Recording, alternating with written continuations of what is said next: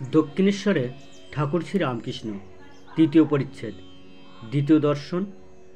অখণ্ডমণ্ডলাকারং ব্যক্তুং যেন চরাচরম তৎপদং দর্শিতং যেন তস্মৈ শ্রী গুরুবে নমঃ। গুরু শিষ্য সংবাদ। দ্বিতীয় দর্শন সকালবেলা ৮টার সময়। ঠাকুর তখন কামাতে যাচ্ছেন। এখনও একটু শীত আছে, তাই তাহার গায়ে মোলে স্কিনের র্যাপারের কিনারা শালু দিয়ে মোড়া। মাস্টারকে দেখিয়া বলিলেন, তুমি এসেছ? আচ্ছা, এখানে বসো। এ কথা দক্ষিণ পূর্ব বারান্দায় হইতেছিল। নাপিত উপস্থিত। সেই বারান্দায় ঠাকুর কামাইতে বসিলেন ও মাঝে মাঝে মাস্টারের সহিত কথা কহিতে লাগিলেন।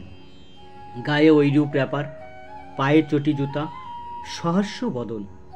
কথা কইবার সময় কেবল একটু তোতলা। রামকৃষ্ণ মাস্টারে প্রতি, হ্যাঁ গা, তোমার বাড়ি কোথায়? মাস্টার, আজ্ঞা, কলিকাতায়। শ্রীরামকৃষ্ণ, এখানে কোথায় এসেছ? মাস্টার, এখানে বরাহনগরে বড়দিদির বাড়ি আসিয়াছি। ঈশান কবিরাজের বাড়ি। শ্রীরামকৃষ্ণ, ও ঈশানের বাড়ি? শ্রী কেশবচন্দ্র সেন ও মার কাছে ঠাকুরের করন্দল। শ্রীরামকৃষ্ণ, হ্যাঁ গা, কেশব কেমন আছে? বড় অসুখ হয়েছিল। মাস্টার, আমিও শুনেছিলাম বটে, এখন বোধ হয় ভালো আছেন। শ্রীরামকৃষ্ণ, আমি আবার কেশবের জন্য মার কাছে ডাব চিনি মেনেছিলাম। শেষ রাত্রে ঘুম ভেঙে যেত আর মার কাছে কাঁদতুম, বলতুম, মা, কেশবের অসুখও ভালো করে দাও। কেশব না থাকলে আমি কলকাতায় গেলে কার সঙ্গে কথা কব? তাই ডাব চিনি মেনেছিলাম। হ্যাঁ গা, কুক সাহেব নাকি একজন এসেছে, সে নাকি লেকচার দিচ্ছে। আমাকে কেশব জাহাজে তুলে নিয়ে গিয়েছিলে, কুক সাহেবও ছিল। মাস্টার, আজ্ঞা, এইরকম শুনেছিলাম বটে, কিন্তু আমি তার লেকচার শুনি নাই, আমি তার বিষয় বিশেষ জানি না।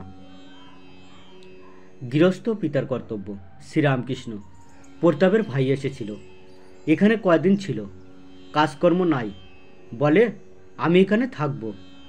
শুনলাম মা ছেলে সব শ্বশুরবাড়িতে রেখেছে, অনেকগুলি ছেলেপিলে। আমি বকলুম, দেখ দেখি ছেলেপিলে হয়েছে, তাদের কি আবার ও পাড়ার লোক এসে খাওয়াবে দাওয়াবে, মানুষ করবে? লজ্জা করে না যে? মা ছেলেদের আর একজন খাওয়াচ্ছে আর তাদের শ্বশুরবাড়ি ফেলে রেখেছে। অনেক বকলুম আর কর্মকাজ খুঁজে নিতে বললুম, তবে এখানে থেকে যেতে চাই। ঠিক আছে বন্ধুরা, আজ এই পর্যন্ত। সবাইকে অসংখ্য ধন্যবাদ জানিয়ে এখানেই শেষ করছি। ঠাকুর শ্রী রামকৃষ্ণ পরমহংসদেবের সম্পূর্ণ কথামৃত শোনার জন্য চ্যানেলটি প্লিজ সাবস্ক্রাইব, লাইক এবং শেয়ার করবেন আপনাদের বন্ধুবান্ধব এবং